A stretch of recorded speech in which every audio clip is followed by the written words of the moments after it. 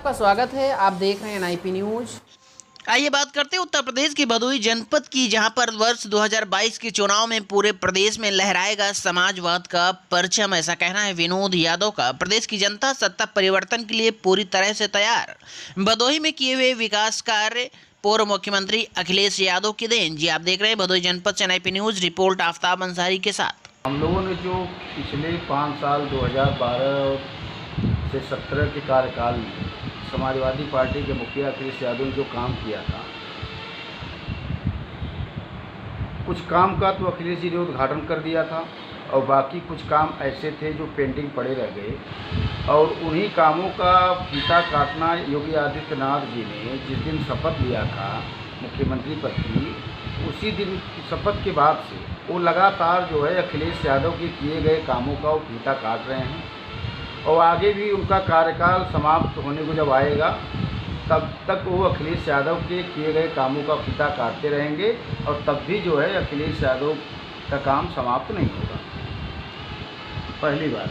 और दूसरी बात ये, हम बहुत दूर की बात नहीं करेंगे, हम भदोही की बात करेंगे। इसी भदोही के अंदर अखिलेश यादव जी के कार्यकाल में इतने महत्वपूर्ण काम हुए जिससे आज भदोही की जनता उसका लाभ ले रही है। सबसे बड़ी सौगात भदोही शहर वासियों को मिली 2 फ्लाईओवर, और 2 फ्लाईओवर, एक इंदिरा मिल चौराहे पे फ्लाईओवर बना जिसका उद्घाटन अखिलेश यादव जी के मुख्यमंत्रित्व काल में ही हो गया। और दूसरा फ्लाईओवर जो गजिया पे बन रहा था, वो रेलवे की नाकामी के कारण वो फ्लाईओवर रुक गया। विनोद जी, यहाँ पे हम आपको रोकना चाहेंगे। गजिया ओवर ब्रिज की जहाँ तक बात है तो समाजवादी पार्टी की सरकार रही और 3 वर्ष का कार्यकाल बाकी रहा। ऐसे समय में आपने क्यों नहीं बनवाया? ये आप जो है वर्तमान सरकार के ऊपर आप लोगों द्वारा आरोप मढ़ा जा रहा है कि ये सरकार बनवा नहीं रही, जबकि 3 वर्ष का कार्यकाल आपके पास था। देखिए, हम लोगों का आप देखे होंगे कि जो उसका जो दक्षिणी छोर है वो सपा सरकार में पूर्ण हो गया था। रेलवे का काम जो था, रेलवे चूँकि केंद्र सरकार के अधीन होती है, जब तक वहाँ से अनुमति नहीं मिलेगी तब तक काम पूर्ण नहीं होगा। रेलवे के काम अधूरा रह गया रेलवे का, और उसी की वजह से जो है कि सरकार बदल गई और यहाँ के स्थानीय विधायक आज तक कोई सकारात्मक प्रयास नहीं कर पाए। जो पुल जहाँ था आज भी वैसे ही बना रह, वैसे ही आज रुका हुआ। विनोद जी, 3 वर्ष का कार्यकाल बहुत होता है, तो 3 वर्ष में आपने काम नहीं कराया और जो है वर्तमान सरकार के ऊपर आरोप मढ़ रहे हैं। 3 वर्ष से कम कार्यकाल में हम लोगों ने इंदिरा मिल का फ्लाईओवर चालू कर दिया था। इंदिरा मिल और गजिया ओवर ब्रिज एक ही साथ हुआ? हाँ, लगभग। नहीं, बात आपकी सही है, लेकिन कुछ कानूनी अड़चनें थी। जो गजिया के जो व्यवसायी थे उनका अपना कुछ मामला था कि हमारी दुकानें न उजाड़ी जाएँ, कुछ मुआवजे की बातें आई, कुछ व्यवधान उत्पन्न हुआ जिसकी वजह से वो रुक गया। और उसके बाद हमारी जब सरकार चली गई तो जो काम जहाँ रुका, ये सरकार जब आई तो यहाँ के विधायक को, सरकार को तुरंत वहीं से काम शुरू करना चाहिए था। आप हमारा 3 साल देख रहे हैं, इनका तो 3.5 साल हो गया। ये कौन सा एक उसके एक ईंट रख पाए? तो फिर आप लोग राग क्यों अलाप रहे हैं कि हमने ये बनवाया? अभी तो आपके कार्यकाल का काम अधूरा पड़ा हुआ है। कौन सा काम अधूरा? Gajiya over bridge. नहीं, गजिया ओवर ब्रिज बता तो रहे हैं ना कि 3.5 साल में इन्होंने कौन सा ईंट रखा? आप ही बताइए। आप भी भदोही के निवासी रोज आते हैं, एक भी ईंट रखा हो तो बताइए। एक भी ईंट नहीं रखा गया है। चलिए बताइए, आप किस तरह से 2022 फतह करेंगे? 2022 समाजवादी पार्टी उत्तर प्रदेश सरकार की नाकामी, इस सरकार में महिलाओं के साथ बढ़ता हुआ अपराध, लूट, हत्या, डकैती, छिनैती, बलात्कार,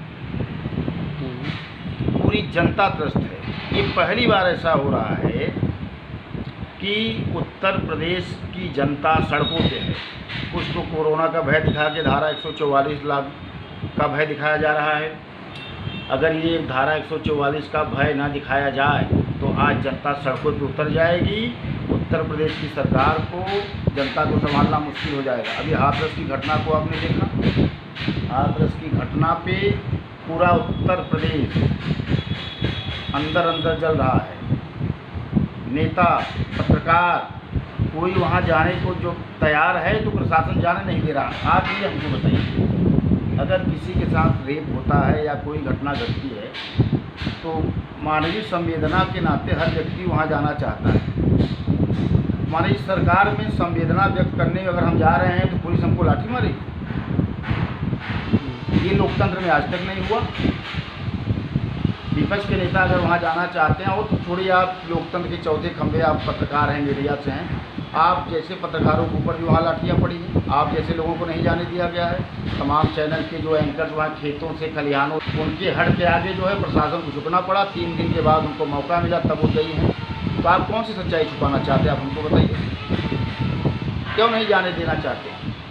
ये लोकतंत्र में ऐसा पहली बार हुआ है। विपक्ष के नेताओं के गिरेबान तक को जो है कि पुलिस के अधिकारियों ने पकड़ा है।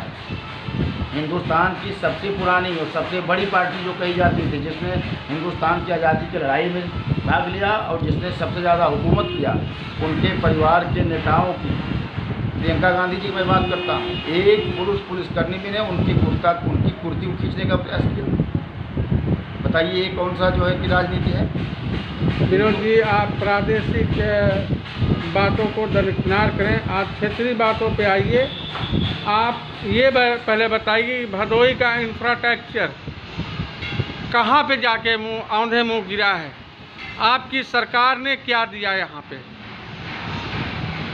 यहाँ पे जो कुछ आज बना है, आज के डेट में, आज के दिनांक में भदोही में जो कुछ भी विकास अगर आप देखेंगे तो सपा सरकार की ही देन है। सपा, मैं आपको उंगली पे कुछ काम गिना सकता हूँ। हाँ, गिनाइए। कारपेट एक्सपो मार्ट, ये समाजवादी पार्टी सत्य अखिलेश यादव जी का अपना, जहाँ उनका व्यक्तिगत जो है कि वहाँ पे उनका इंटरेस्ट था, उनकी महत्वाकांक्षी योजना थी वो। कारपेट एक्सपो मार्ट बना, लेकिन वहाँ जो है कालीन मेला नहीं लगा, क्योंकि आधा अधूरा बना के छोड़ दिया गया। ये आपकी सरकार की उपलब्धि है? नहीं, आधा अधूरा नहीं बना के उसको पूरा कर दिया गया है।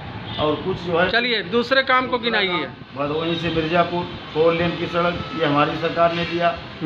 भदोही से दुर्गागंज, जहाँ एक बार लोग जाने के लिए सोचते थे, हमारी सरकार ने दिया। ठीक। भदोही से गोपीगंज डबल लेन की सड़क हमारी सरकार ने दिया। भदोही से बाबरपुर 4 लेन हमारी। भदोही से बाबरपुर मार्ग, ये 4 लेन है? 4 लेन है? नहीं, 4 लेन ही है। जहाँ 4 लेन है, 4 लेन इसी को कहते हैं। अब बताइए, बीच में डिवाइडर है? आए दिन वहाँ दुर्घटनाएं हो रही हैं, लोग जान गंवा रहे हैं। विनोद जी बताइए, ये 4 लेन है? नहीं, 4 लेन ही प्रस्ताव